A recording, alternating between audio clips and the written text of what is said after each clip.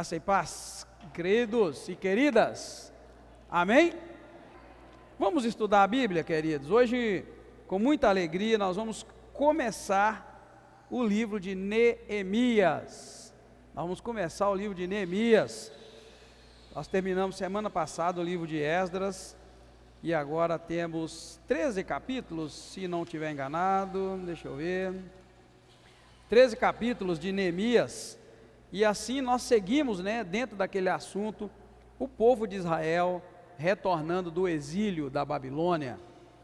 Neemias, nós vamos ler Neemias 1 e 2, que é o nosso foco, mas sempre no início, de cada livro, eu dou ali uma pequena pincelada, um esboçozinho, do livro que nós vamos estudar. Oremos. Obrigado, Deus, nós te agradecemos, te louvamos, te bendizemos por mais este momento de leitura da tua palavra. Pedimos a ajuda do Senhor, que o Senhor possa nos ajudar, ó Deus, a meditar e sair daqui com lições que sejam valiosas para cada um de nós. Muito obrigado.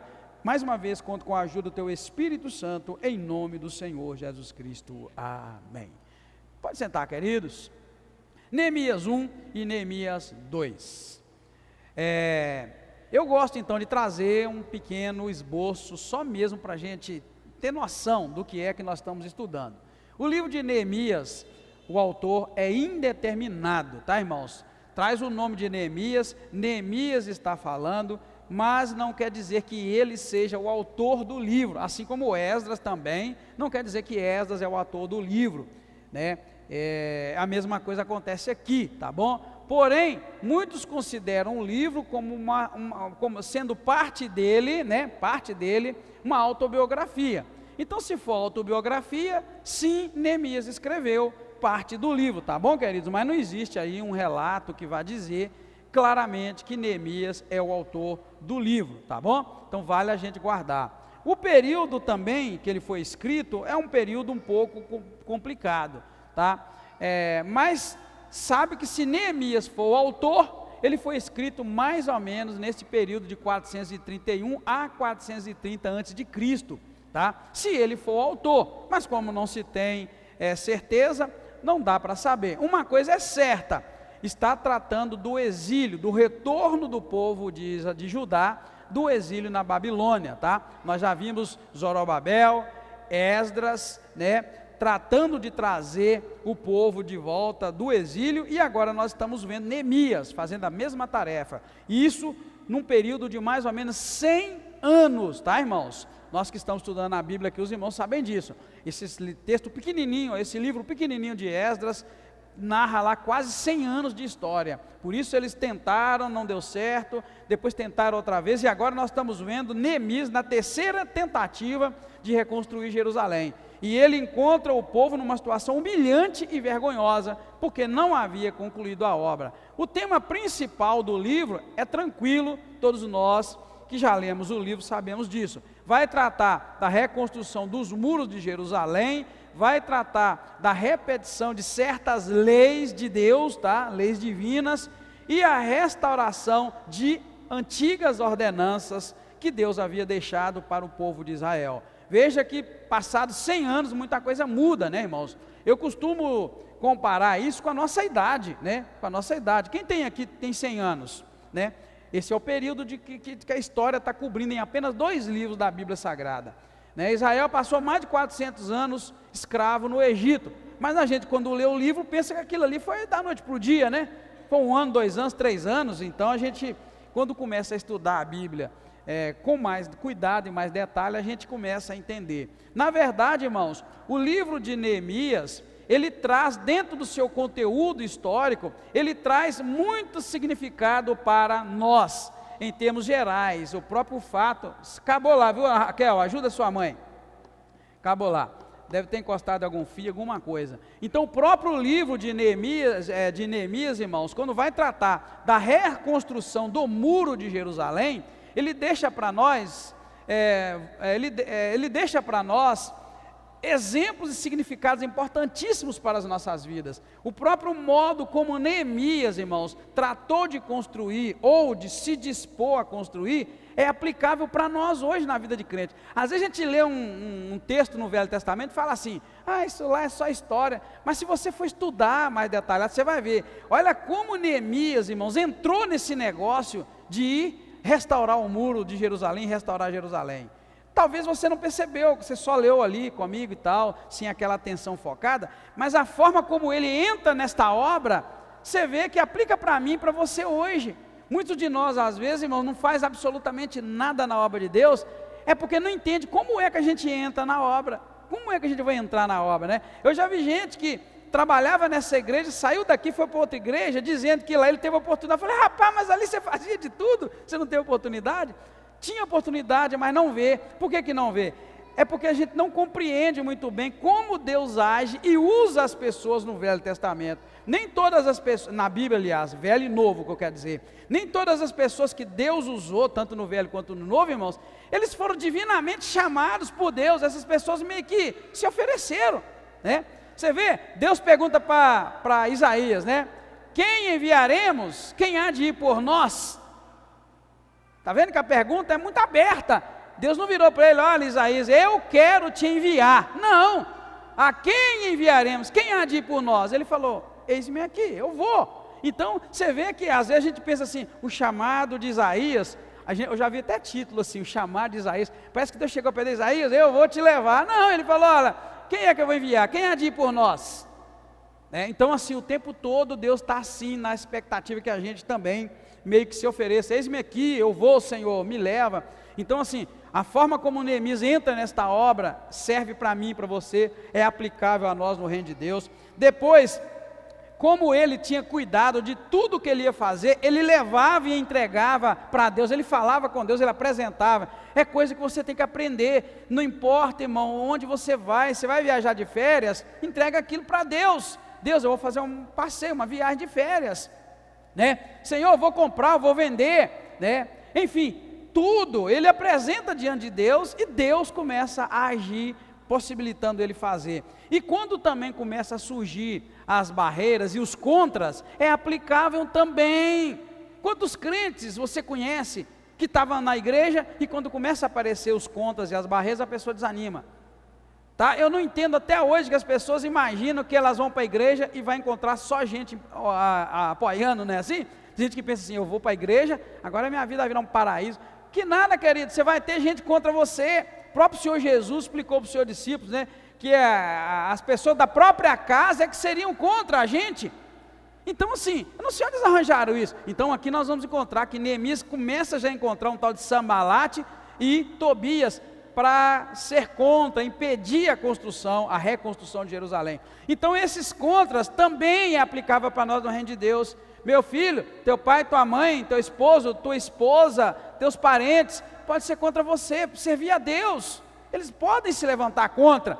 Quando não se levanta abertamente contra, eles podem agir de maneira para te desanimar. Então, está aqui, ó, claro para nós, né? A forma então como as coisas acontecem na Bíblia Sagrada, elas são aplicáveis à nossa vida, e talvez o Espírito Santo de Deus possa te falar agora mesmo com relação a alguma coisa, porque a Bíblia é assim, a própria palavra vai dizer, né, a palavra dizendo da palavra de Deus, ela diz que a palavra de Deus, ela é mais cortante do que uma espada de dois gumes, é uma espada que corta para os dois lados, então não tem como escapar da palavra de Deus, seja ela lá no Velho Testamento, no Novo, não tem como escapar, ela é poderosa, então ela fala conosco e nos traz lições e orientações. O que a gente não pode é ficar preso aos símbolos, tanto do Velho quanto do Novo Testamento.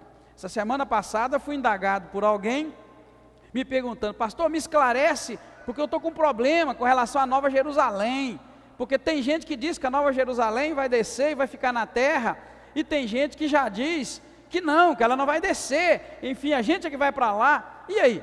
O que você acha da Nova Jerusalém? Ela vai descer, ela vai ficar na terra, ela vai para cima, ela não vai? Aí eu pincelei rapidamente, mandei para ele o link do estudo que nós já fizemos sobre Apocalipse 21, que é relato sobre isso, e depois falei, meu filho, lá na igreja eu falo direto com os irmãos, cuidado com números tempos e símbolos e figuras. Isso é para te derrubar, isso é para te complicar. Quando você começa a ver as 70 semanas de Daniel, e todo mundo começa a inventar coisa de 70 semanas, cuidado, né? Quando você vê Apocalipse cheio de figuras, aquelas imagens, aqueles bichos feios, né? Cara disso, corpo daquilo, cuidado, aquilo ali são símbolos que quando Deus mostrou para João, ele não tinha como escrever, então ele escreveu aquilo, ele não tinha algo para comparar, ele escreveu aquilo, né? Quem aqui sonha e anota os seus sonhos? Eu anoto, eu já tenho anotado 10.300, não sei quantos sonhos. Essa noite eu sonhei, já mandei lá, já anotei e guardo. O que tem momento? Tem momentos que o sonho da gente tem coisas que não dá para você explicar, não tem nada no dia de hoje, no século 21, que a gente possa descrever. É isso que eu sonhei. Então a gente começa a colocar parece, né? Nos meus sonhos tem muito assim, parece e de repente. A frase que mais tem no sonho é de repente. Por quê? Porque o sonho é assim, ó, é lapso. Parece que um milênio de história, Deus te conta ele num sonho em 1 minuto, e daí já muda para outro. Então, de repente, é a frase que mais eu anoto, de repente, de repente, de repente, e figuras que não dá para entender. Então a gente coloca, parece, né? Parece com isso, parece com aquilo. Amém, igreja? Então essa pessoa perguntou sobre a Nova Jerusalém, e eu te pergunto, e qual é a sua opinião sobre a Nova Jerusalém? A Bíblia diz que João viu ela descendo do céu, né? Aí eles discutem, não, ela vai ficar aqui na terra, e é aqui que a gente vai viver. Mas a Bíblia não deixa tudo muito claro. Então a gente precisa estudar a Bíblia, estudar mais, tirar as próprias conclusões. Mas o que eu disse para o irmão? Irmão, não preocupa com onde ela vai ficar. Você tem que preocupar que ela existe e virá, e todos verão que ela vem. Está vendo o seu foco que tem que ser? Agora, se você cair na bobeira de, não, ela vai ficar na terra mesmo, não, ela vai descer e ficar aqui. Aí eu falei para o irmão outra coisa, eu peguei a medida da cidade, 12 mil estádios por 12 mil, quadrada, era uma cidade quadrada, né? Aí eu olhei e mandei para ele o seguinte, estádios é mais ou menos 180 metros, se você multiplicar 12 mil por 180, você tem um lado, né? Metros, vai transformar isso em quilômetro. E se você depois multiplicar, essa é a metragem que deu de 12 mil estádios em metros, transforma por 180 metros mais ou menos, e depois multiplicar pelo comprimento e largura, porque é metro quadrado, daria um tamanho tão grande, infinitamente maior do que a Terra. Então a gente descarta o quê? Que se você for interpretar literalmente, ela não vai ficar na Terra, porque ela é infinitamente maior do que a Terra. A Terra tem 45 mil não sei quantos quilômetros de diâmetro, uma bola de 45 mil não sei quantos quilômetros de diâmetro. Então, o carro que eu vendi estava com 324 mil quilômetros. Então você imagina quantas voltas na Terra eu dei naquele carro em 7 anos. O diâmetro da Terra, 45 mil quilômetros e pouco, e não sei quanto. Eu rodei 330 mil quilômetros no meu carro. Então, quem é bom de matemática, faz o cálculo aí. Já deu para fazer? Quanto que dá 320 mil dividido por 45 mil? Hein? Cadê o calculadora? Só para você ver. Então, se a Terra, se a Nova Jerusalém é bilhões de quilômetros quadrados, então a gente descarta que ela virá e ficar na terra, não tem como. Aí tem uma teoria que diz que ela vai descer, mas vai ficar suspensa. Aí sim, e eu até gostaria que ela ficasse suspensa, sabe por quê? Os pecadores imundos que não quer Jesus, ficar daqui de baixo e ver ela lá em cima, e querer ir para lá e não poder subir. Aí eu tenho que ter respaldo bíblico para isso, né? Jesus virá, Tessalonicenses diz, e ele vai descer, não vai pôr o pé dele na terra, ressuscitarão primeiro quem já morreu, encontrará com ele nos ares, e quem estiver vivo não vai encontrar com ele nos ares, amém, já dá para entender que é. E depois, quando Jesus vai falar de Lázaro e o rico que morreram, vocês lembram lá, Jesus falando do Lázaro e o rico? Teve uma conversa lá, entre Lázaro, né, entre o homem que morreu, o rico, e Jesus, e dava a impressão que eles podiam ver aqui embaixo, porque ele falava, Jesus, manda Lázaro ir lá e falar para os meus parentes, para eles não virem para esse lugar de tormento. E Jesus ia descartava e falava, não dá para ir, porque eles têm a lei e o profeta, mas eles não quiseram dar ouvido. Ainda que alguém dentre os mortos fosse lá, eles não iam ouvir. Mas a cena dá a ideia de que eles estavam conversando em algum lugar e dava para ver na terra, porque manda Lázaro ir lá e falar. Amém, igreja? Então você tem que ter assim, argumento para você poder conversar sobre Bíblia com as pessoas. E nessa situação, a gente viu o quanto é importante a gente aprofundar no estudo da Bíblia para ampliar o conhecimento. Então, tudo que nós encontramos na Bíblia, de Gênesis a Apocalipse, tem lições que são atuais para agora. E os irmãos viram que quando a gente estava estudando Esdras, até parecia que a gente estava estudando a história atual do Brasil, de Lula e Bolsonaro, e de gente votando num e votando, parece que era tudo da agora, mas está lá, irmãos, muitos mil anos atrás. Então, nesses 2 capítulos, nós vamos ver a oração de Neemias, no capítulo 1, e nós vamos ver o rei Artaxerxes enviando Neemias para Jerusalém. Esses são os 2 assuntos que nós vamos ver. Capítulo 1, em um slide. Assim que Neemias fica sabendo da situação vergonhosa e humilhante que seus conterrâneos estavam vivendo em Jerusalém, ele vai e toma uma decisão importante no seu coração. E eu coloquei ali que ao saber por acaso, e olha bem, irmãos, então quem pensa que Neemias entrou para reconstruir Jerusalém, porque Deus falou, vai Neemias nessa força que eu te envio, como ele falou com muitos, não, irmãos. Se você leu comigo aqui, depois você dá uma lida em casa, a Bíblia diz que ele estava tranquilo no palácio do rei. Primeiro fica claro que aqui está escrito também a profissão de Neemias. Quem conseguiu encontrar a profissão de Neemias nesses 2 primeiros capítulos? O último versículo do capítulo 1 e o primeiro versículo fala a profissão dele. Ele era copeiro do rei. Só que mais do que copeiro, ele era também o provador. Existe uma profissão entre reis, entre governadores, presidente da república, e gente muito importante. Existe uma profissão suicida, que é o provador.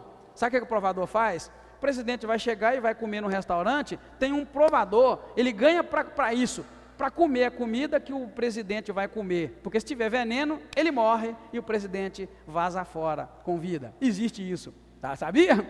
Eu conheci um camarada, na década de 80, eu era adolescente, lá no Jardim Panorama, que tinha um tio que era provador de um dos presidentes do Brasil da época, eu não me lembro quando, era antes do governo civil, era militar. Então, ele era provador, ele tinha que entrar primeiro, todo lugar que ele ia, esse camarada é o que experimentava, banquete, comida simples, comida de rua, não importa, antes do presidente comer, ele comia, se tivesse algum veneno, ele cairia duro, morreria, e era sempre embalado, misturado, não podia ser ali, algo que alguém desse para ele tinha que ir comer daquilo que ele comia. Se fosse uma coxinha, igual o Bolsonaro gostava de comer para a rua fora, ele chegaria lá e pegaria daquele montão, misturava, mexia um pouco, pegava um e comia. Não deu nada, o presidente vai e come.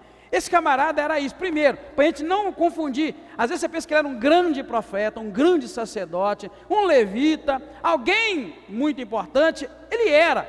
Mas só que o versículo último vai dizer, nessa época eu era copeiro do rei. Verso 11, última parte do capítulo 1, e depois no capítulo 2, 1, ele vai dizer assim, olha, no mês de Nissan, que era na verdade mês de março ou de abril, no 20º ano do rei Artaxerxes, quando lhe trouxeram vinho, tá vendo, olha, eu o tomei e dei ao rei. Trouxeram o vinho para o rei, ele chapou o vinho, porque se tivesse veneno, ele morria, e não chegava no rei. Então de cara, veja bem, ele era, irmãos, um copeiro, chefe, ou um copeiro, e um provador, um experimentador, da alimentação que o rei comia. E a Bíblia diz no versículo 1 que ele estava na fortaleza, ele estava tranquilo no palácio do rei, trabalhando. Aí o que ele fez? Ele viu chegando Anani, que era um dos seus irmãos, um judeu, e ele vira para Anani e fala assim, oi, vem cá, me diga, como é que estão os exilados? E me diga, como é que está Jerusalém? Lembra que nós estamos já mais ou menos no ano 90 ou 100, depois lá de Esdras 1, que o povo estava no exílio. Então ele pergunta, como é que está? Aí quando a pessoa diz para ele que os que sobreviveram estavam de volta e que estavam em grande aflição e humilhação, que os muros estavam caídos, colocaram fogo nas portas da cidade. Aí ele diz que quando ele ouviu isso, olha, irmãos, o camarada estava levando a vida dele normal, mas quando ele ouviu isso, o versículo vai dizer, o versículo 4, que ele assentou e chorou, ele se comoveu. Ô irmão, vou dizer para você uma coisa, a coisa que eu mais tenho orado é para que o seu coração e o nosso coração seja um coração sensível e chore também. Irmão, a gente não ganha alma porque a gente não chora pelas almas, a gente não importa com as almas, a gente importa com tudo, importa com o que vai comer amanhã, a gente importa com o Lula, importa com o Bolsonaro, a gente importa, irmãos, com tudo, a gente não importa com aquilo que é importante. Olha que legal, né? A gente não importa com aquilo que é importante. Que dia que você chorou por uma alma? Está vendo, irmãos? Nós precisamos, eu tenho orado, Deus, dá amor pela causa, pelo reino do Senhor, dá-nos amor. Irmãos, nós precisamos ter amor pelo reino de Deus. Lembra que eu te falei que esse texto, ele tem muito significado para o reino de Deus? Ele não tinha nada, irmãos, a ver, ele estava muito próspero, ele era copeiro do rei, ele estava num cargo tranquilo, e de repente ele vê chegando alguém, ele pergunta, como é que estão meus irmãos do exílio? Eles dizem a situação, ele diz que ficou perturbado, ele diz que assentou e chorou e lamentou por alguns dias, e teve jejuando e orando perante o Deus dos céus durante esse tempo, irmãos. Queridos, eu fico pensando assim, a gente tem tantos obreiros na quinta igreja, mas será quem de nós está chorando pela causa do Senhor? Quem está preocupado porque os muros de Jerusalém estão caídos? Quem está preocupado, irmãos, que os muros estão caídos, que os bancos estão vazios, que as almas estão padecendo? Quem está preocupado? Ah, querido, você viu como esse camarada vai entrar na obra? Ele vai entrar na obra a partir do amor. Eu tenho orado para Deus derramar amor. Deus derrama amor, mas derrama um amor que corrói, Senhor, para a gente poder ir para a oração e falar igual ele fez. Depois você vai ver que ele ora e acontece algo. Então, queridos, ele ouviu uma noite, estava bem próspero, ouve a notícia de que Jerusalém ia mal, ficou triste, chorou, e aí ele tomou atitude, ele jejuou e orou. Olha como é que faz a diferença. Você lembra lá a Bíblia falando, a oração de um justo é poderosa e eficaz? É isto, querido, a oração dele surtiu efeito. Quantas orações você já fez e não deu resultado nenhum? Porque ela não foi, irmãos, molhada, regada com lágrimas de amor. Foi oração egoísta, é oração para conseguir dinheiro, cura, libertação, sei lá o que. Não foi uma oração para beneficiar o outro, então ela não é eficaz. Veja bem, que coisa tremenda e maravilhosa, irmão. E depois que ele faz isso, então, ele começa a confessar pecado que nem era dele. A coisa mais bonita, irmãos, é o versículo 6 dizendo: faço confissão pelos pecados dos filhos de Israel, olha bem, que temos cometido, ou seja, eu também faço parte e eu cometi, nós temos procedido perversamente, porque não estamos cumprindo a lei, os mandamentos não estão cumprindo nada.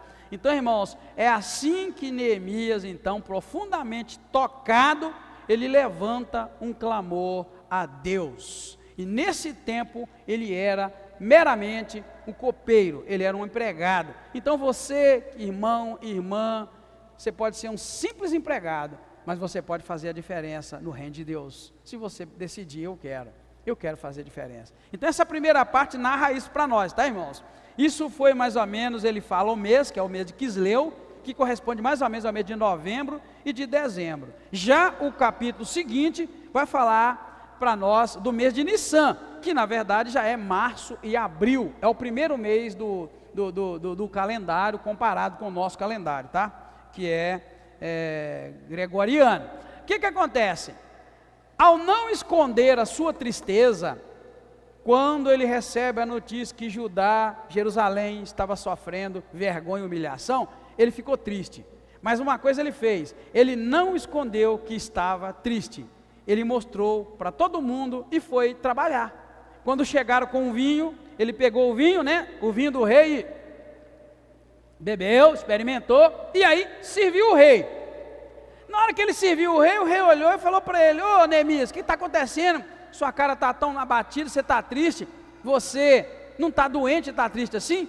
Aí ele fala que orou, intercedeu, temeu muito e virou para o rei e falou: olha, rei, mas eu não era para estar triste? Como eu vou ficar alegre sabendo que o meu povo que está lá em Judá lá em Jerusalém, está envergonhado, humilhado, sofrendo, e ele vai dizendo o que aconteceu. O muro está destruído, né? A cidade foi colocada a fogo, queimaram tudo, e como é que eu poderia estar alegre? Aí o rei entendeu: você está querendo o quê? O que você está me pedindo? E ele vai, irmãos, então faz 3 pedidos para o rei. Olha que incrível, uma cara triste, Deus usou para responder a oração que ele fez lá em cima. Agora eu quero te fazer uma pergunta, meu irmão. Hoje a gente pode ficar de cara triste? Pode? Não, irmão, não pode. Você faz cursos nas empresas, né, e tal. Você tem que estar sempre bem, sempre alegre. Você não pode estar triste, você tem que atender o cliente muito bem. Você tem que estar sempre bem. Você tem que fazer suas selfies, né, suas postagens, sempre rindo. Um dia alguém perguntou: pastor, aquela reportagem foi incrível, a pessoa postou uma foto rindo hoje e logo depois suicidou. Sim, querido, Facebook, Instagram, as redes sociais não aceitam sinceridade. Quem entra para esse mundo não pode ser sincero, ele não pode se posicionar: hoje eu estou triste, estou abatido. Eu queria saber como é que o salmista Davi fazia naquela época, porque ele chegou até a cantar, né? Estou fraco e muito quebrantado, tenho rugido, pois meu coração não tem sossego. Ele cantou: estou encurvado, estou muito abatido, lamento todo dia. E depois ele canta: diante de ti está todo o meu desejo, porque em ti, Senhor, estou esperando. E aí, como é que ele ia fazer para escrever esse salmo? Estou fraco, estou abatido, estou encurvado. Não pode, querido, não haveria salmos hoje. Amém? Hoje não haveria salmo, porque você tem que estar bem, as pregações são todas boas, não é? A gente tem que levantar o caído. Ô irmão, você sabia que a gente levanta o caído, quando a gente fala que está caído também? Às vezes quando você conta a desgraça que você está vivendo, você levanta o outro, porque o outro talvez está no banco, triste, aborrecido. Porque minha vida não presta, meu marido não presta, minha esposa não presta, meu trabalho está ruim, a empresa vai fechar, eu não sei do dia de amanhã, e a gasolina vai aumentar. Talvez você está assim, aí vem um outro e fala: ó Senhor, tem misericórdia de mim, meu pai vai ser amputado da perna. Aí você olha para aquilo e fala: eu estou muito bem. Mas a gente não aprende com as lições, querido. Eu postei hoje para vocês lá, no grupo pedindo oração, porque o pai da menina vai ser amputado. Será que alguém pegou aquilo e disse assim: ó Deus, tenha misericórdia, ajuda ele, não deixa ele ser amputado. Ô Senhor, mas se ele for amputado, não deixa ele morrer, ajuda, Pai. E depois, será que você lembrou? Falou: Pai, obrigado, minhas 2 pernas estão aí, minha família está lá, minha mãe, meu pai. Não lembra, querido, não lembra. A gente não consegue viver a Bíblia, o Evangelho em sua essência. É isso que acontece. Você acha por que está tudo escrito essas coisas aqui? É para exemplo nosso, é para quando você lê, você vê que você está melhor do que muita gente, né? Você vê que as coisas estão boas, aí você vê passado, presente e futuro, passa diante de você assim, ó, num lapso, porque a Bíblia me mostra isso. Lembra um dia que eu falei para você que tem 2 maneiras de você aprender de Deus? Você pode aprender de Deus com Deus te falando, e a outra maneira é aprender de Deus com Ele agindo. E eu sempre falei: aprenda com Deus falando, porque dói menos do que com Deus agindo.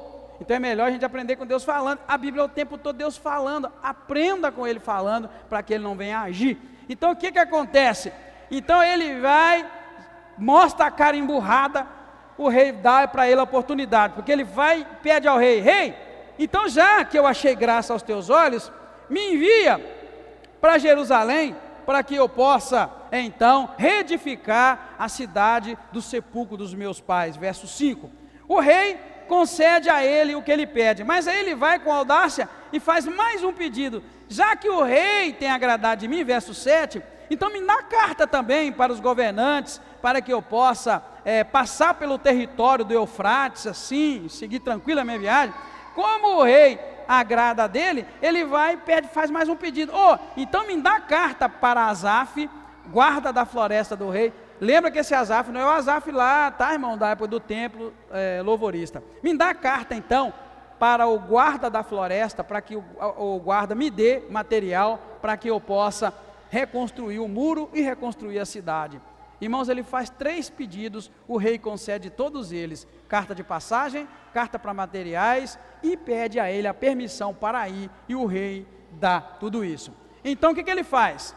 Com tudo isso pronto, ele guarda sigilo, ele não fala nada para ninguém. Outra lição importante para o reino de Deus nos dias atuais: sigilo, morde na língua, só fala teus planos e projetos que Deus colocou, quando Deus falar, é hora.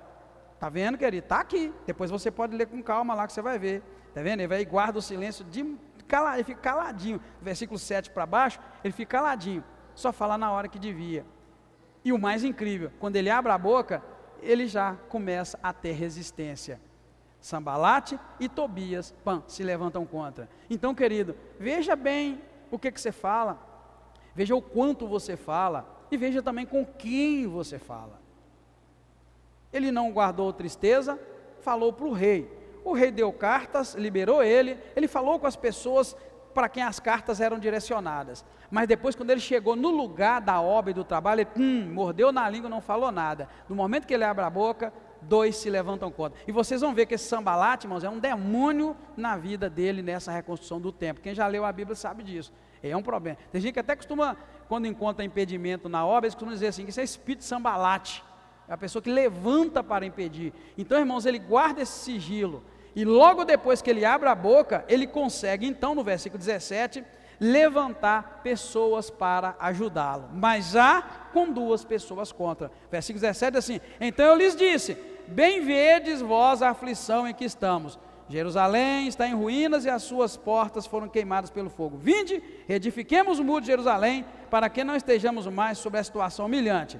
Também lhes declarei como a mão de Deus havia acompanhado. E eles responderam, verso 18, levantemo-nos e edifiquemos, de maneira que deram início à boa obra. Porém, verso 19, Sambalate e Tobias começam a zombar deles, a desprezar e a levantar para dificultar o trabalho da obra do Senhor. Resistência contra. Amém, queridos?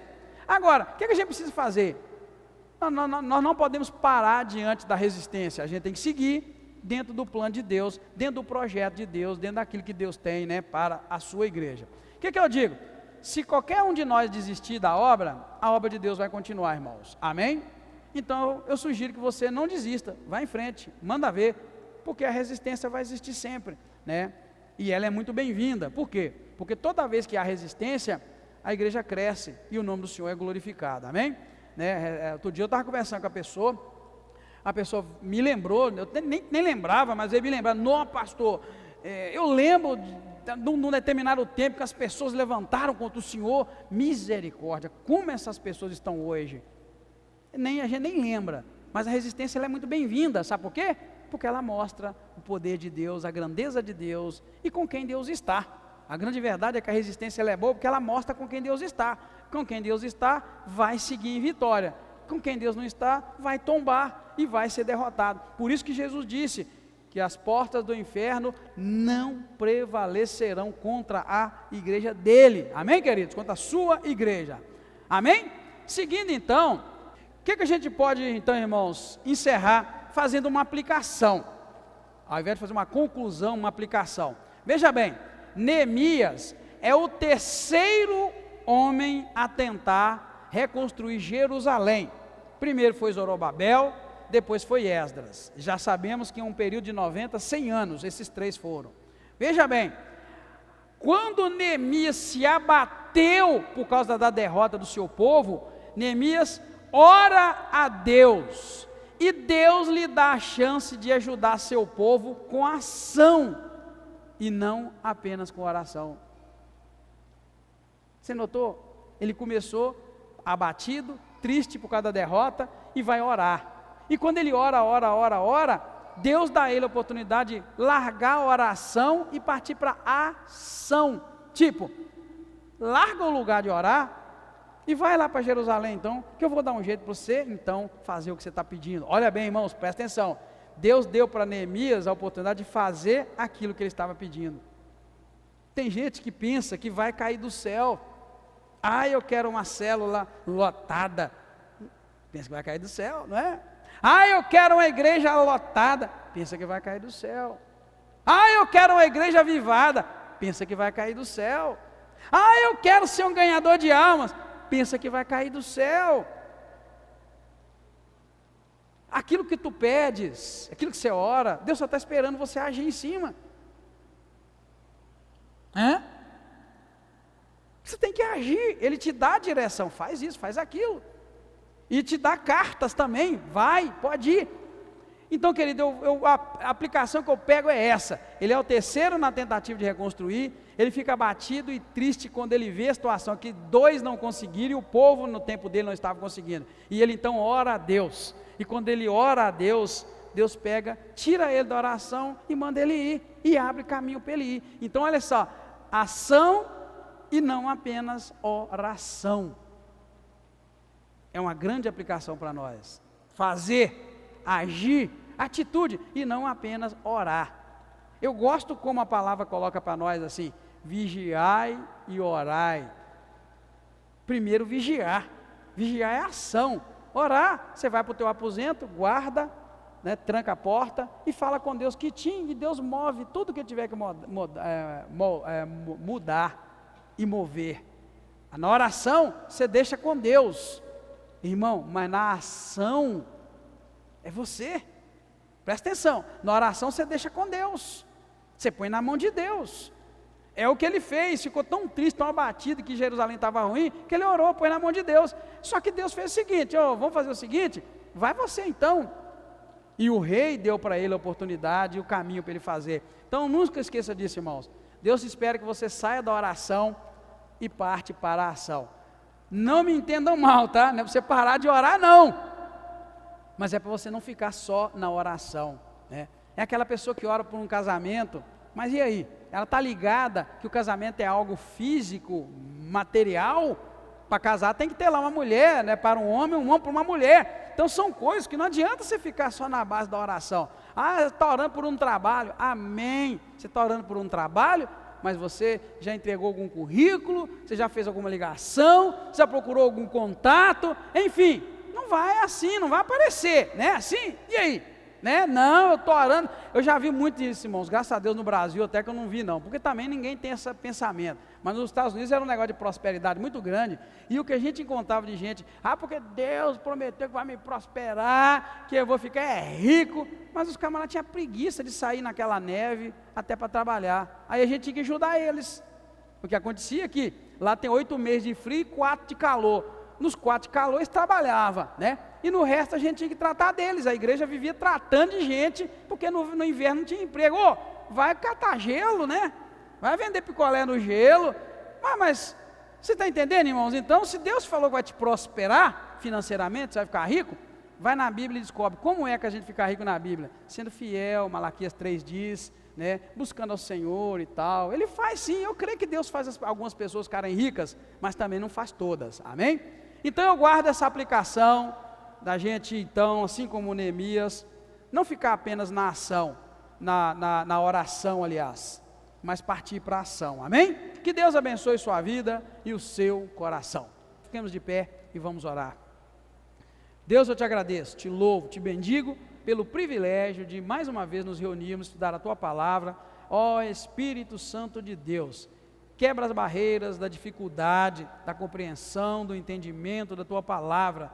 Ajuda-nos, ó Deus, a cada dia aplicar a tua palavra ao nosso coração. Mais uma vez, coloca esta igreja nas mãos do Senhor e peça a tua graça e a tua misericórdia, Deus. Obrigado.